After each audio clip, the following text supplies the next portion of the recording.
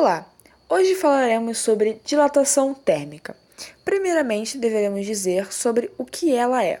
A dilatação térmica ocorre ao aquecermos determinado corpo e está em nível microscópico, relacionada ao crescimento da amplitude da vibração das moléculas e inclusive da distância entre elas, fazendo com que o corpo, como um todo, se dilate. Todos os corpos se dilatam da mesma maneira. A dilatação é proporcional ao aumento de temperatura, mas não é a mesma para diferentes materiais. Ou seja, mesmo para uma mesma variação de temperatura, a dilatação dos corpos não será a mesma para diferentes materiais, pois cada um tem um coeficiente de dilatação característico. Por exemplo, devido ao aumento de volume que é diferente para cada material, não se recomenda encher completamente o tanque de combustível dos automóveis, pois a gasolina derramaria aproximadamente 2 litros se houvesse uma variação de 30 graus na temperatura. As tampas de recipiente de vidro, como as conservas, por exemplo, aumentam de dimensão mais do que o vidro, por isso soltam-se mais facilmente quando aquecidas.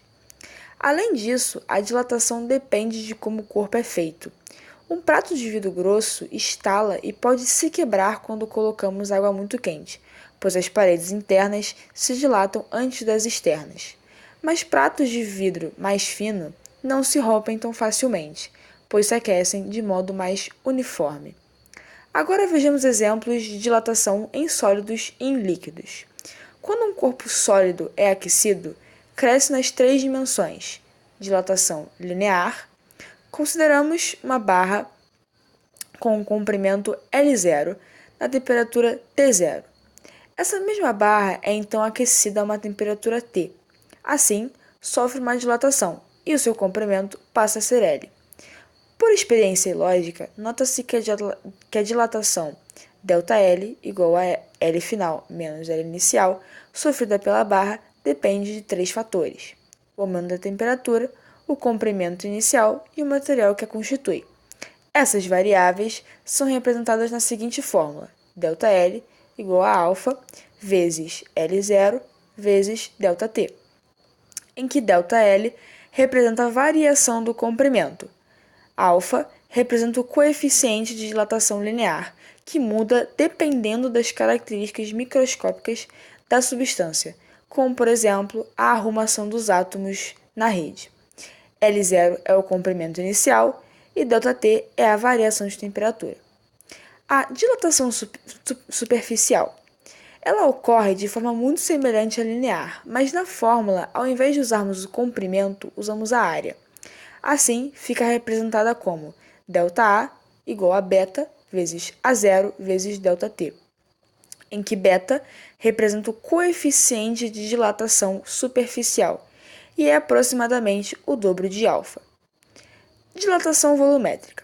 Semelhante às anteriores, a dilatação volumétrica é expressada por ΔV igual a gama vezes V0 vezes ΔT, em que V0 é o volume na temperatura T0, V o volume na temperatura T e gama é o coeficiente de dilatação volumétrica e é aproximadamente o triplo de alfa. Há também a dilatação dos líquidos. Em substâncias líquidas, só se pode analisar sua dilatação volumétrica. Calcule-se a dilatação de um líquido da mesma forma que em um corpo sólido. Dessa forma, a fórmula usada é ΔV igual a gama vezes V0 vezes a ΔT, em que V0 é o volume na temperatura T0, V o volume na temperatura T, e gama é o coeficiente de dilatação volumétrica, como já havíamos previamente falado. Observação: a unidade dos coeficientes de dilatação são representados por Kelvin recíproco ou graus Celsius. Muito obrigada pela sua atenção e até a próxima!